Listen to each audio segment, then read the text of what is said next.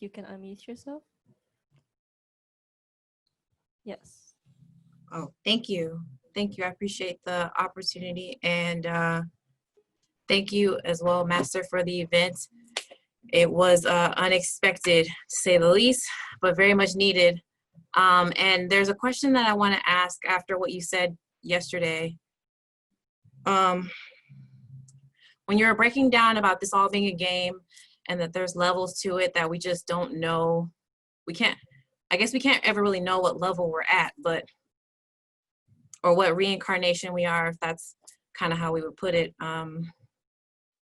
You said that, at least this is what I heard, that we pick the character that we want to play. And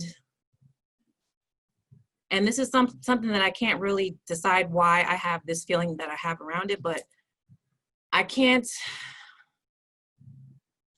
to be quite honest, I can't for the life of me think why I would pick this particular character to experience life with,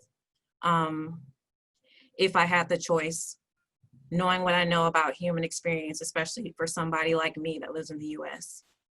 So would you mind clarifying if that's what you meant about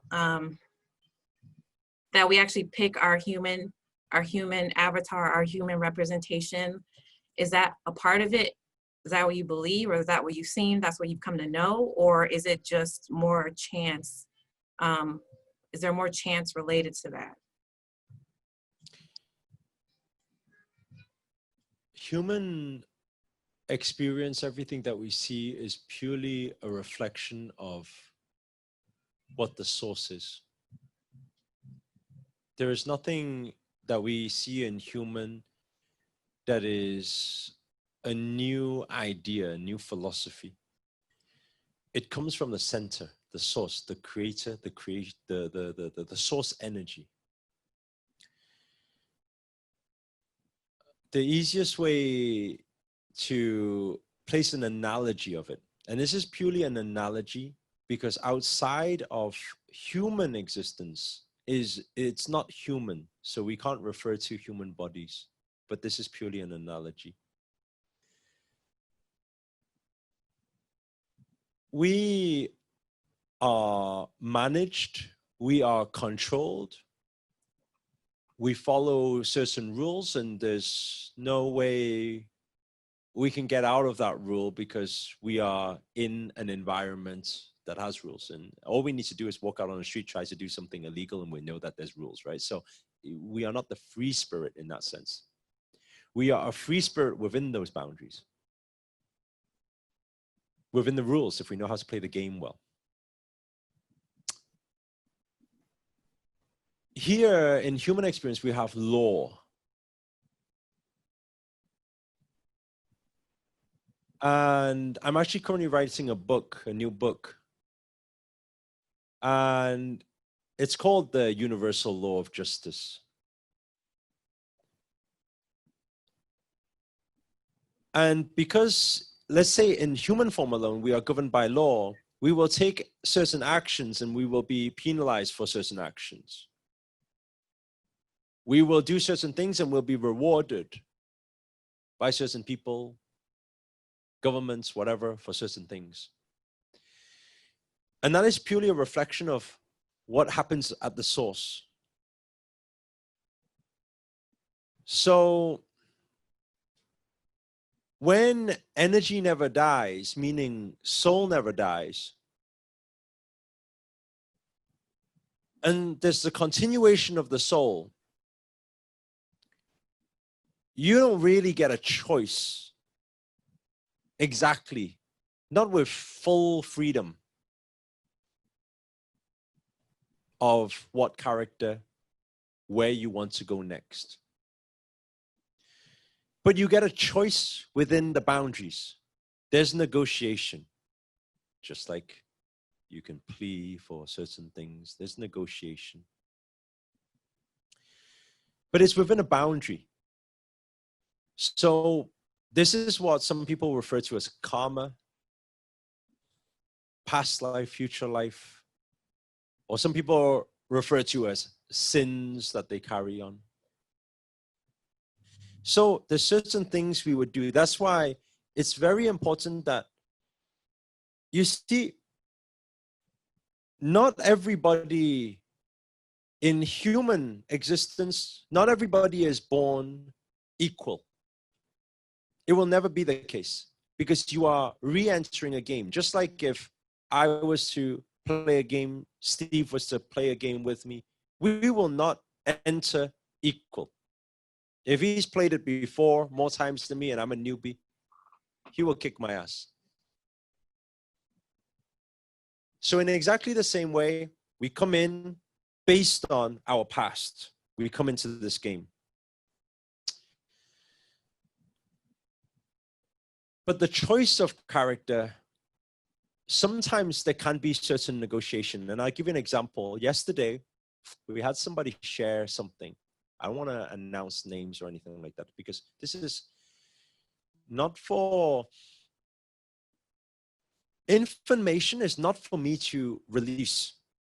If I release information, it is very borderline manipulation.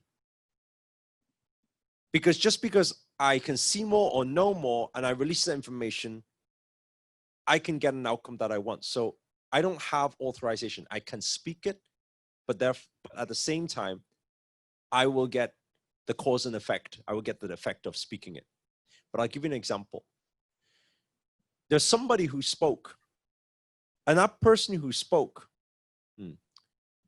it is a recycle.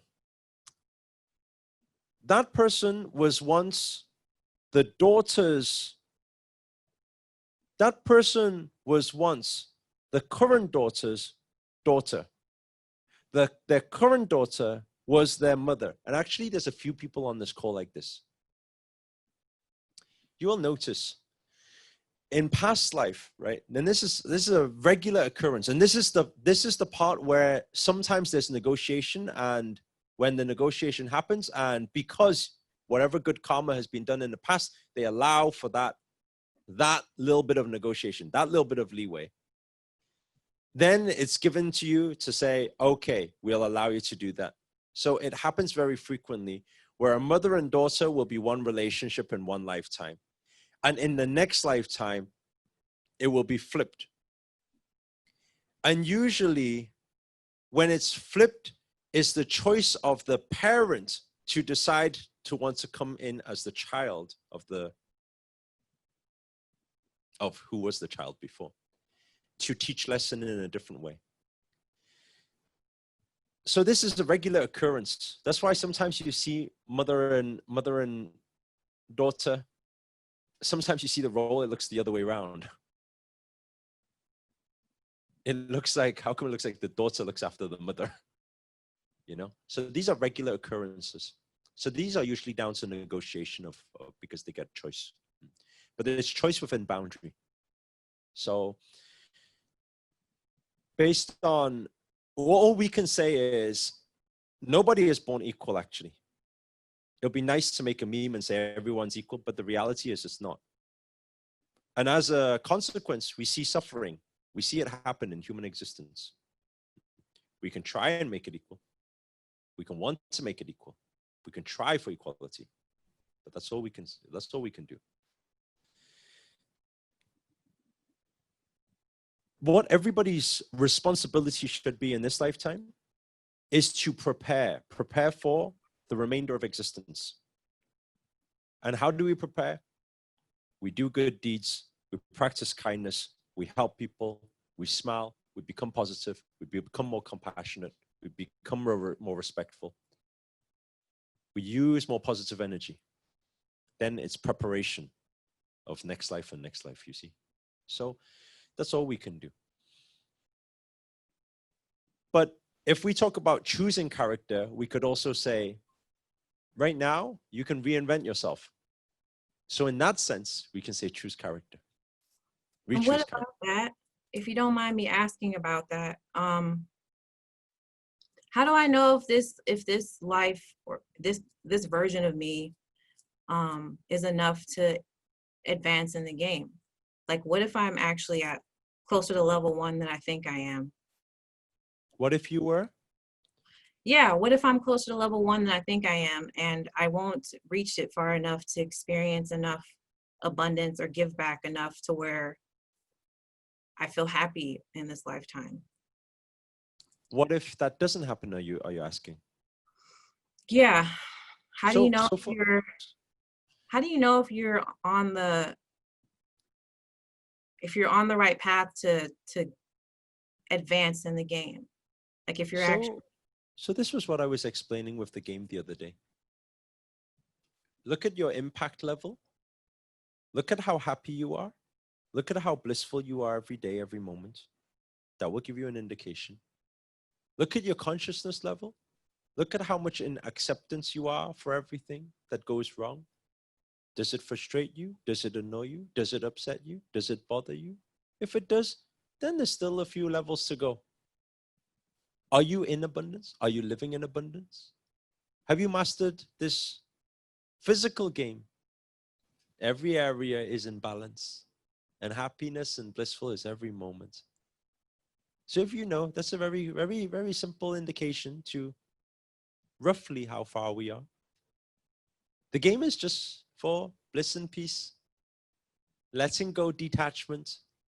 Once we are detached from all human things and we're in bliss and peace, and we're not in struggle, then we know we're close to completion.